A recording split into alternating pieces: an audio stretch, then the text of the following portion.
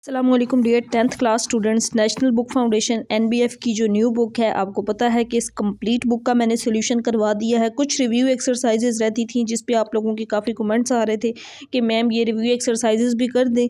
तो चैप्टर 3 तक तो हम तमाम रिव्यू एक्सरसाइजेज का सोल्यूशन कर चुके हैं। आज हम रिव्यू एक्सरसाइज 4 इसका कंप्लीट सोल्यूशन करेंगे। यहाँ पे क्वेश्चन 2, 3, 4, 5 है। पहला क्वेश्चन एमसीक्यूज का है जिसकी मैंने सेपरेट वीडियो बना दी है, वो प्ले लिस्ट में आपको मिल जाएगी।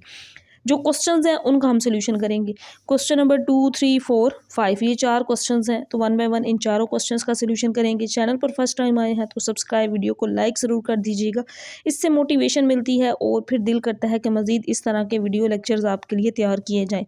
वो इसमें फ़ायदा आप लोगों का होता है, ताकि कुछ मैं ये चाहती हूँ कि आप लोगों को फ़ायदा हो जाए। जैसे ये न्यू बुक आई थी तो सबसे पहले मैंने ही इसका सोल्यूशन स्टार्ट करवाया था। आप लोगों को पता है, जो मेरे स्टूडेंट्स पढ़ रहे हैं शुरू से, उन्हें ये चीज़ पता है बड़ी अच्छी तरह कि मैम ने किस तरह सारा सोल्यूशन करवाया है।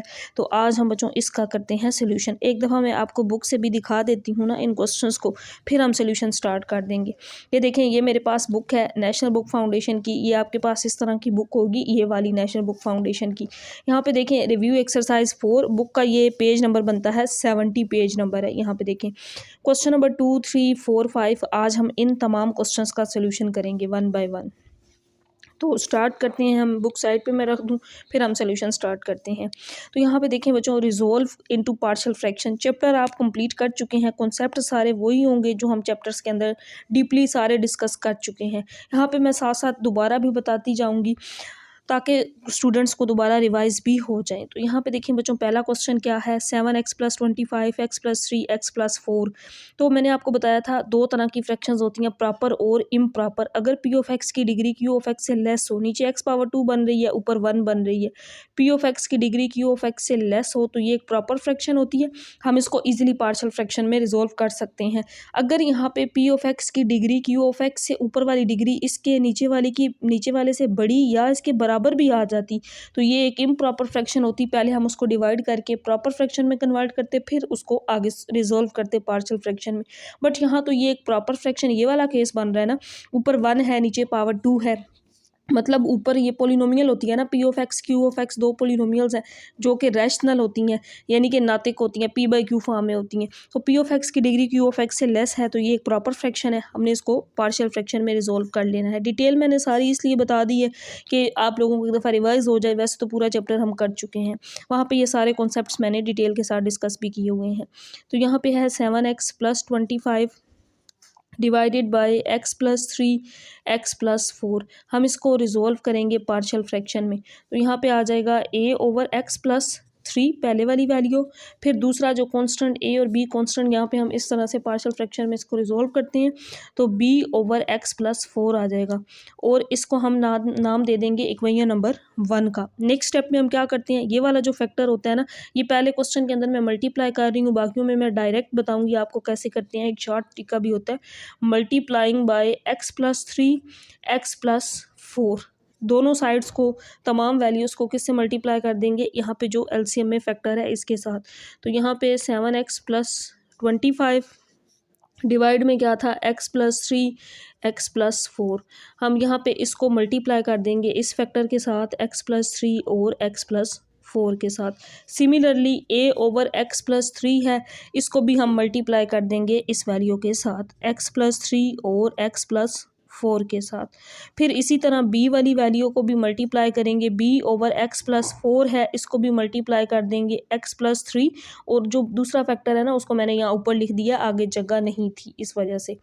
तो यहाँ पे अब बच्चों देखें, नेक्स्ट स्टेप में हम कैंसिल आउट करते हैं जो वैल्यूज़ कैंसिल आउट। तो ये तो दोनों सेम फैक्टर से कैंसिल आउट हो गए। यहाँ पे 7x + 25 ही रह गया, यहाँ पे x + 3 कैंसिल आउट, और यहाँ पे a/x + 4 रह गया। अगर हम b वाले में देखें तो x + 4 कैंसल आउट और b के साथ x + 3 रह गया, और इसको हमने नाम दे देना है आपने इक्वेशन नंबर 2 का। अब ये वाला स्टेप हम डायरेक्ट कर सकते थे। यहाँ पे देखें, ये फैक्टर मल्टीप्लाई कैंसल आउट, मतलब ये a में x + 3 काट देंगे आप लोग, x + 4 लिख लेंगे, b में x + 4 कैंसल आउट तो x + 3 लिख लेंगे। ये इस तरह से हम मल्टीप्लाई ये वाला स्टेप ना भी करें तो हम ये लिख सकते हैं ईजीली। अब यहाँ पे दो वैल्यूज़ हैं, दो लीनियर फैक्टर्स हैं ना, एक दफ़ा यहाँ से x की वैल्यू निकालेंगे तो +3 दूसरी साइड पे जाके -3 हो जाएगा। यहाँ पे पुट करेंगे तो एक कांस्टेंट ए या बी की वैल्यू आ जाएगी।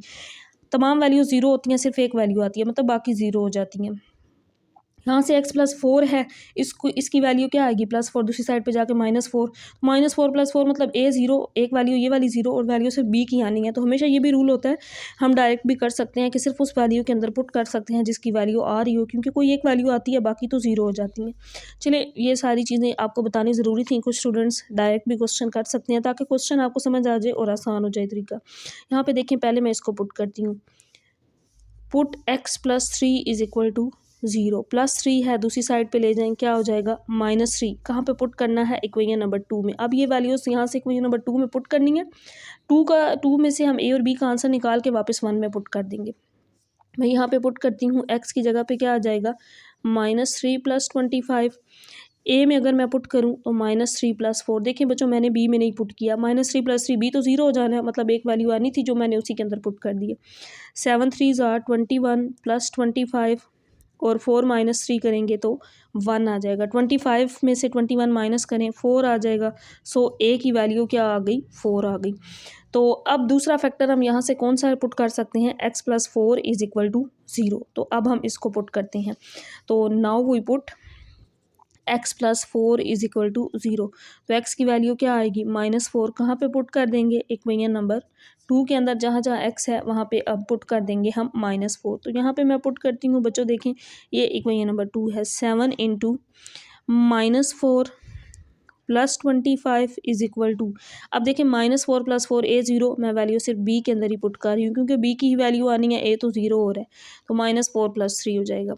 तो -21 + 25 और -4 + 3 करेंगे तो आंसर -1 आ जाएगा, बड़ी वैल्यू वाला साइन। 21 में से 25 माइनस कर देंगे 4 और ये हो जाएगा यहाँ पे -b। माइनस जब दूसरी साइड पे, क्योंकि b की वैल्यू हमें चाहिए ना, दूसरी साइड पे इधर शिफ्ट कर दें तो ये -4 हो जाएगा।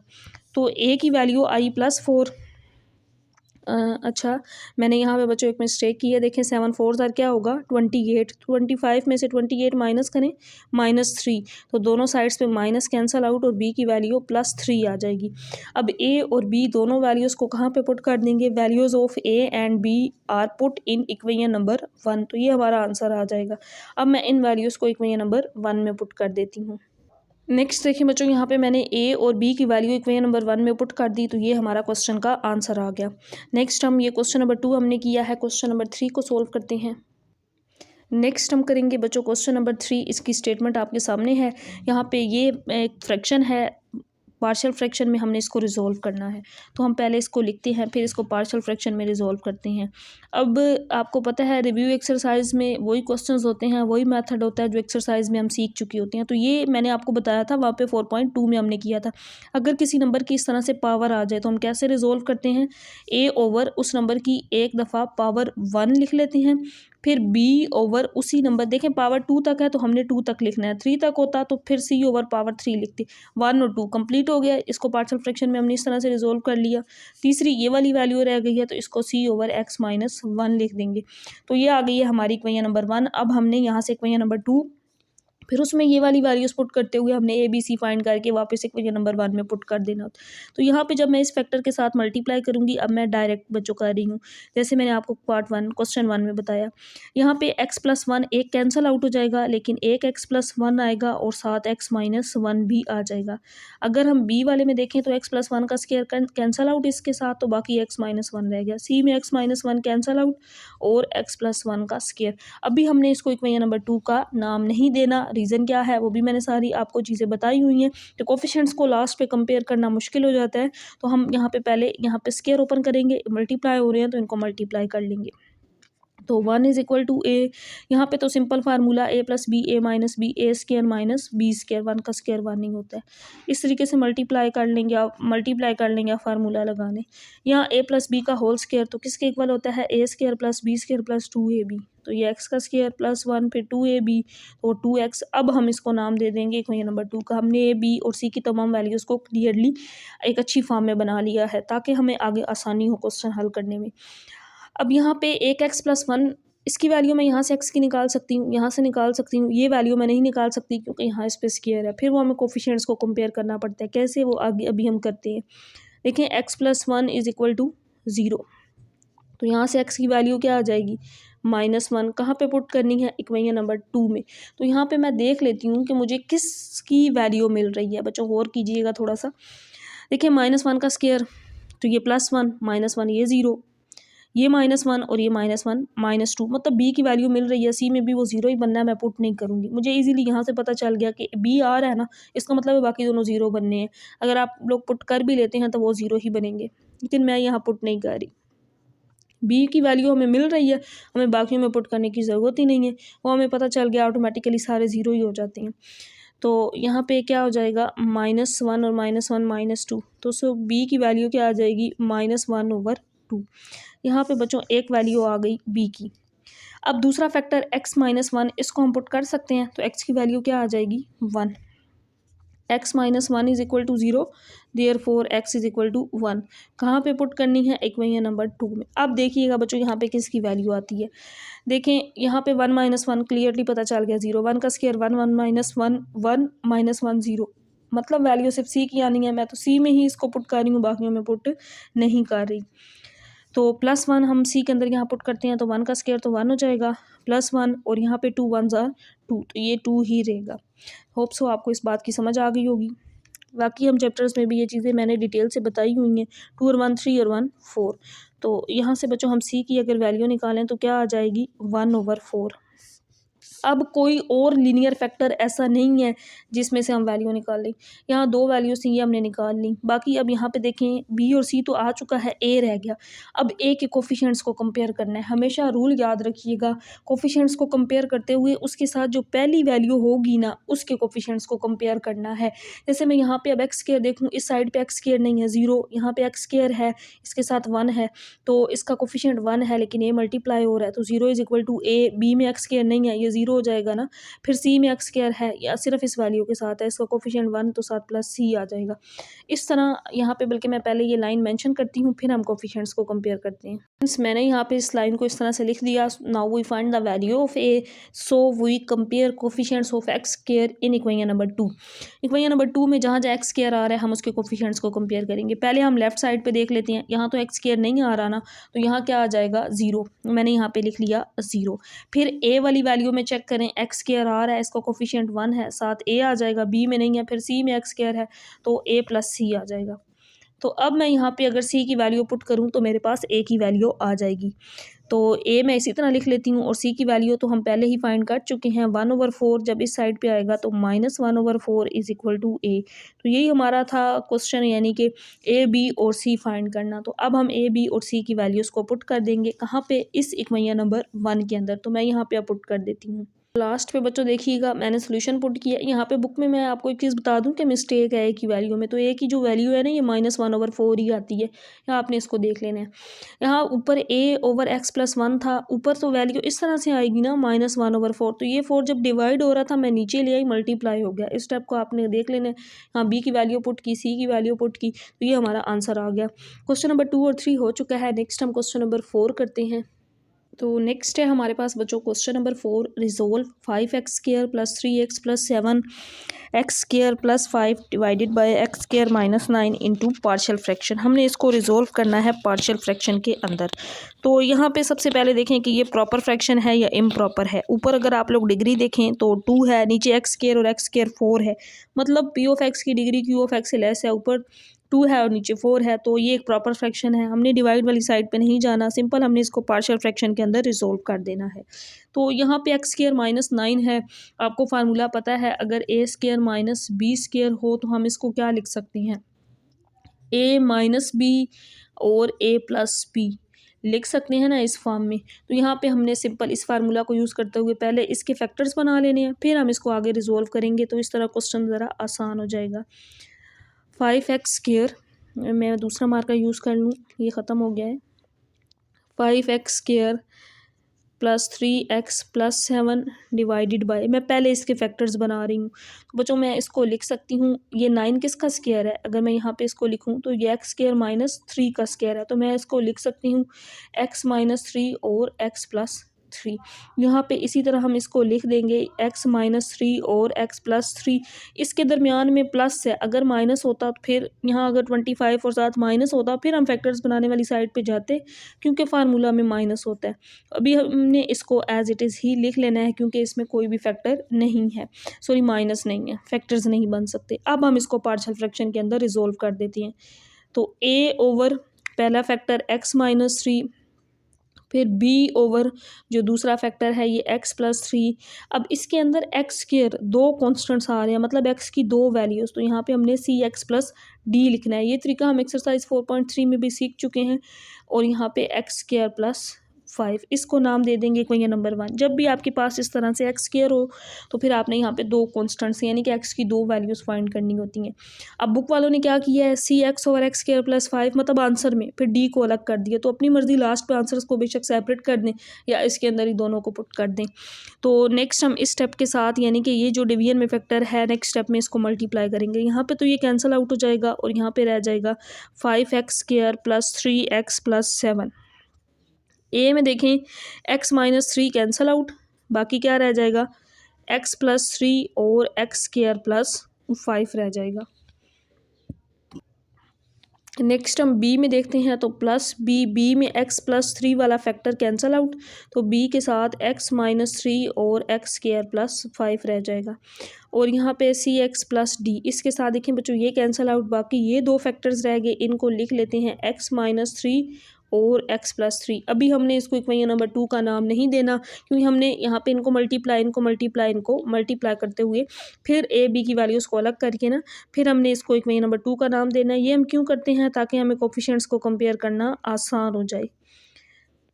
देखें यहाँ x है, इसको अंदर दोनों के साथ मल्टीप्लाई कर देंगे, x² और x³ हो जाएगा + 5x। अब 3 को अंदर मल्टीप्लाई करेंगे तो ये 3x² और 5 3 15 हो जाएगा। अब यहाँ पे b में भी इसी तरह मल्टीप्लाई कर लेंगे तो ये x³ + 5x। अब -3 को मल्टीप्लाई करेंगे तो -3x² - 5 3 15। अब c, यहाँ पे एक चीज़ मैं आपको बता दूं बच्चों, देखें cx+d, इसको मैं लिख सकती हूँ x-3 x+3 को x² - 9। एक स्टेप हमें यहाँ पे और करना पड़ेगा, c और d की वैल्यू को भी हम यहाँ से अलग कर लेते हैं। तो 5x² + 3x + 7, और इसको मैं थोड़ा सा अरेंज भी कर देती हूँ। पहले x³ फिर इसके बाद x² वाली वैल्यू, फिर x वाली वैल्यू और फिर लास्ट पे ये जो कांस्टेंट नंबर होता है इसको। सिमिलरली b में भी हम वैल्यूज़ को अरेंज कर लेते हैं, x³ - 3x² + 5x और फिर -15, और लास्ट पे यहाँ पे c x को अंदर मल्टीप्लाई कर देंगे, x³ हो जाएगा -9x हो जाएगा। फिर d वाली वैल्यू तो इसी तरह आ जाएगी, क्योंकि d के साथ कोई वैल्यू नहीं थी। अब हम इसको नाम दे देंगे इक्वेशन नंबर 2 का। अब यहाँ से हमने वैल्यूज़ निकालनी है, दो लीनियर फैक्टर हमें यहाँ पे इक्वेशन नंबर 1 में नज़र आ रहे हैं, एक x की वैल्यू 3 और दूसरी -3, वो यहाँ a b c d में हम पुट करते हुए आंसर निकाल लेंगे। देखेंगे इक्वेशन नंबर 2 में कि किसका आंसर आता है। तो पहले मैं यहाँ से ये वाला फैक्टर लेती हूँ, x-3 = 0। तो यहाँ से बच्चों देखें x की वैल्यू क्या आएगी 3, कहाँ पे पुट करनी है, इन 2 में, इक्वेशन नंबर 2 में। यहाँ पे मैं पुट कर देती हूँ 5 और x की जगह पे क्या आ जाएगा 3 का स्क्वायर, प्लस 3x की जगह पे 3 आ जाएगा +7। अब यहाँ पे हम थोड़ा सा और करते हैं कि वैल्यू आनी किसकी है। अगर मैं यहाँ पे x की जगह पे 3 पुट करूँ, चले मैं पहले a में बच्चों पुट करके देखती हूँ, 0 तो नहीं बनता, लेकिन 3 का क्यूब 27, 3 x का स्क्वायर कितना हो जाएगा 9 हो जाएगा, 3 है ना, 3 का स्क्वायर 9, और यहाँ पे अगर मैं 3 पुट करूँ तो 5 3 15 और यहाँ पे +15, मतलब कोई भी वैल्यू इसके अंदर माइनस नहीं है, तमाम वैल्यूज़ ऐड हो रही है ना, मतलब एक ही वैल्यू आ रही है, बाकी में पुट करने की ज़रूरत नहीं है। अगर आप यहाँ पे 3 पुट करते भी हैं तो वो 0 ही बनेगा। इसमें देखें 3 का स्क्वायर 9, 9 - 9 0, x का क्यूब 27 हो जाएगा, और यहाँ पे जब 3 पुट करेंगे 27 - 27 0। सिमिलरली b भी 0, बट जब हमें a मिल रहा है, a की वैल्यू इजीली मिल रही है, तो हम बाकियों में पुट ही नहीं करेंगे। 3 का स्क्वायर 9 और 3 3 9 + 7, यहाँ पे 9 3 27, 27 + 27 + 15, इन तमाम वैल्यूज़ को बच्चों जब आप लोग ऐड कर लेंगे ना, तो इसका आंसर आपके पास आ जाता है 84। और इस साइड पे देखें 9 5 45 + 9 + 7 और यहाँ पे 84। 4 आ जाएगा। इनको जब ऐड करेंगे 45, 9 और 7 को तो 61 आ जाएगा। ए यहाँ पे 84 है, ए के साथ मल्टीप्लाई हो रहा है। तो यहाँ से बच्चों मैंने अगला स्टेप यहाँ पे कर दिया है। ए की वैल्यू अगर मैं यहाँ से निकालूँ तो ए के साथ जो वैल्यू मल्टीप्लाई थी वो इधर आके डिवाइड 61/84 ये वैल्यू आ चुकी है ए की। नेक्स्ट हम देखते हैं कि कौन सा लीनियर फैक्टर हम पुट कर सकते हैं। ये वाला x इज इक्वल टू -3 कहाँ पे पुट करेंगे, इक्वेशन नंबर 2 में। तो मैं यहाँ पे एक दफ़ा लिख देती हूँ x + 3 इज इक्वल टू 0। तो यहाँ से देयरफॉर x की वैल्यू क्या आ जाएगी -3, किस में पुट करना है, इक्वेशन नंबर 2 में। इक्वेशन नंबर 2 मैं यहाँ पे सामने रखती हूँ ताकि थोड़ा आसानी हो पुट करने में। देखें यहाँ पे बच्चों क्या आ जाएगा 5 -3 का स्क्वायर और फिर +3 x की जगह पे -3 + 7। ए की वैल्यू तो पहले आ चुकी है, मतलब अब ए की वैल्यू नहीं आनी, यहाँ मैंने पुट किया है। मैं अब इसको बी में पुट करती हूँ नेक्स्ट वैल्यू में, फिर सी में भी देखते हैं। अगर तो बी की वैल्यू आ रही हुई तो फिर हम बाकियों में पुट नहीं करेंगे। तो यहाँ पे x³ था, तो यहाँ पे स्टूडेंट्स क्या हम लिख लेंगे -3 का क्यूब, फिर -3 x का स्क्वायर है तो -3 का स्क्वायर +5 -3 और फिर -15। तो मतलब ये वैल्यू 0 भी नहीं बन रही। आगे देखिएगा यहाँ पे आपको पता भी क्लियरली चल जाएगा। 3 का क्यूब कितना हो जाएगा, ऑड नंबर की पावर हो तो फिर माइनस आता है, -27।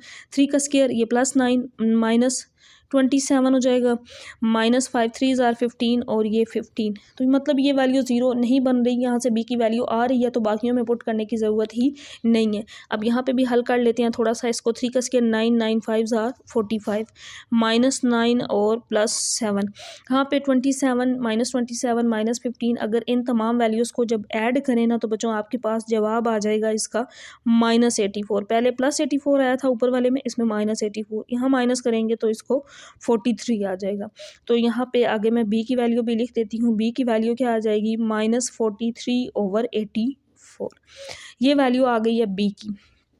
अब वैल्यू रह गई है सी और डी की। ए और बी तो आ चुका है, सी और डी में देखें ये वाला फैक्टर आ रहा है ना, यहाँ से तो हम एक्स की वैल्यू नहीं निकाल सकते, तो सी और डी की वैल्यू हमने निकालनी है कोफिशिएंट्स को कंपेयर करके। तो पहले मैं इक्वेशन नंबर 2 को नेक्स्ट पेज पे लिखती हूँ ताकि कोफिशिएंट्स को कंपेयर करने में वहाँ पे बार बार पिछले पेज पे ना मूव करना पड़े, आपको समझ आ जाए। मैंने यहाँ पे इक्वेशन नंबर 2 को लिख लिया है। अब वैल्यू रह गई है सी और डी की। तो पहले हम सी की वैल्यू फाइंड करते हैं। फर्स्ट वी फाइंड सी। मैंने आपको बताया था कि कोफिशिएंट्स को कंपेयर करने के लिए उस वैल्यू का सबसे पहला आपने कोफिशिएंट देखना है, वो x³ है। मतलब हमने किसके कोफिशिएंट्स को कंपेयर करना है, लेफ्ट साइड और राइट साइड दोनों साइड्स पे x³। तो यहाँ पे x³ नहीं है बच्चों, यहाँ पे तो 0 आ जाएगा। अब इस साइड पे देखें x³ है, इसका कोफिशिएंट 1 है लेकिन ए साथ मल्टीप्लाई है। बी में भी x³ आ रहा है, बी में भी लिख लेंगे। फिर सी में आ रहा है और डी में देखें x² x³ नहीं है, ये इक्वेशन बन गई। तो यहाँ पे हम ए और बी तो फाइंड कर चुके हैं, पुट कर देंगे तो हमारे पास सी का आंसर आ जाएगा। ए की वैल्यू आई थी 61/84 और बी की वैल्यू आई थी 43/84 प्लस सी हम इसी तरह लिख लेते हैं। तो यहाँ पे हमें एलसीएम लेना पड़ेगा। एलसीएम लेंगे तो 84 और ऊपर क्या आ जाएगा 61 - 43, यहाँ पे प्लस सी। तो 61 में से 43 को हम माइनस अगर करें ना तो इसका आंसर आता है आपके पास 18/84 प्लस सी। तो 18/84 सी तो आ जाएगा। अगर हम इसको दूसरी साइड पे ले जाएं तो ये माइनस वैल्यू हो जाएगी और यहाँ पे सी रह जाएगा। अब यहाँ पे थोड़ी सी मज़ीद इसकी कटिंग की जा सकती है। देखिए मैं यहाँ पे साइड पे कटिंग कर देती हूँ। तो 2 के टेबल में अगर हम करें तो 2 9 ज़ार 18, 2 4 ज़ार 8, 2 2 ज़ार 4। फिर हम 3 के टेबल में कर सकते हैं, 3 3 ज़ार 9, 3 1 ज़ार 3, 3 4 ज़ार 12। मतलब क्या आ गया बच्चों, कटिंग करने के बाद आंसर आपके पास -3/14। तो ये वैल्यू आ गई सी की। सी की वैल्यू भी हमारे पास आ चुकी है। अब वैल्यू रह गई डी की। तो बल्कि यहाँ पहले मैं लिख देती हूँ ताकि आपको पता हो। अब हमने डी फाइंड करना है। डी के साथ सबसे पहला नंबर देखें कौन सा है, x² है। मतलब हमने किसके कोफिशिएंट्स को कंपेयर करना है, x² के। हम पहले तो इसकी लेफ्ट साइड पे देख लेते हैं। x² है ना, इसका कोफिशिएंट क्या है 5 है, तो मैं यहाँ पे बच्चों 5 लिख लूँगी। फिर ए में देखें क्या x² है उसके साथ 3 है तो 3a हो जाएगा। बी में भी x² है, इसके साथ कोफिशिएंट -3 है, -3b 3a -3b।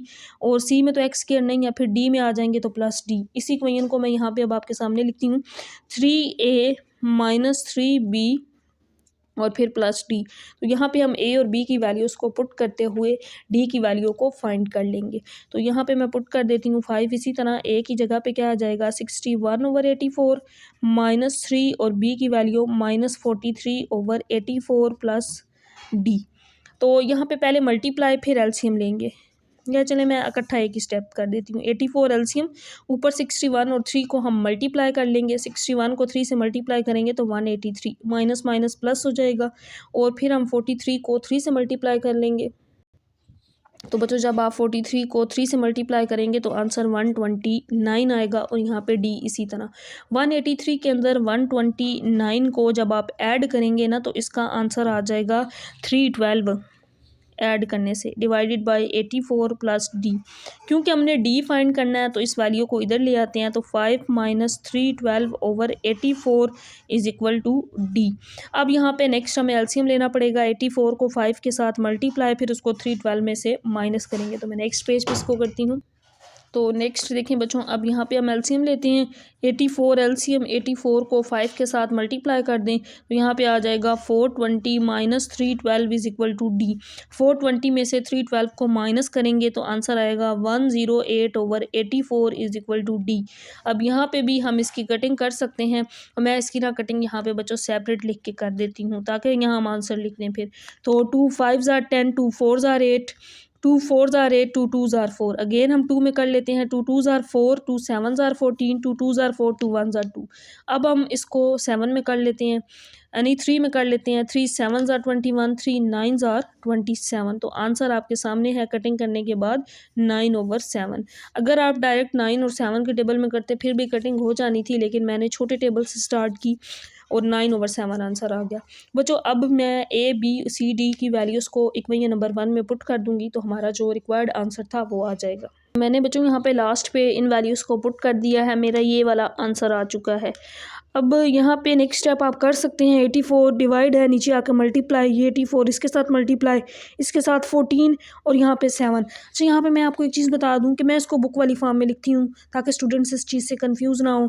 61 ओवर 84 ऊपर डिवाइड था, नीचे आ गया तो इसके साथ मल्टीप्लाई x-3 के साथ। ये सेंटर में प्लस माइनस माइनस हो जाएगा, ऊपर 43 रह जाएगा। 84 नीचे ले आए तो x+3 के साथ मल्टीप्लाई करना नहीं है, सिर्फ बता रही हूँ, मतलब ये नीचे इसके साथ मल्टीप्लाई। यहाँ पे क्या हो जाएगा प्लस माइनस माइनस 3/14, ऊपर x ही साथ रहेगा, 14 नीचे आ जाएगा x² + 5। बुक वाले यहाँ पे इसको सेपरेट कर रहे हैं, इस तरीके से बेशक अलग कर लें। 9/7 नीचे आ जाएगा इसके साथ, तो ये x² + 5 हो जाएगा। इस फॉर्म में बुक वालों ने आंसर लिखा हुआ है। इस तरह लिख दें, इस तरह लिख दें, दोनों both are the correct methods.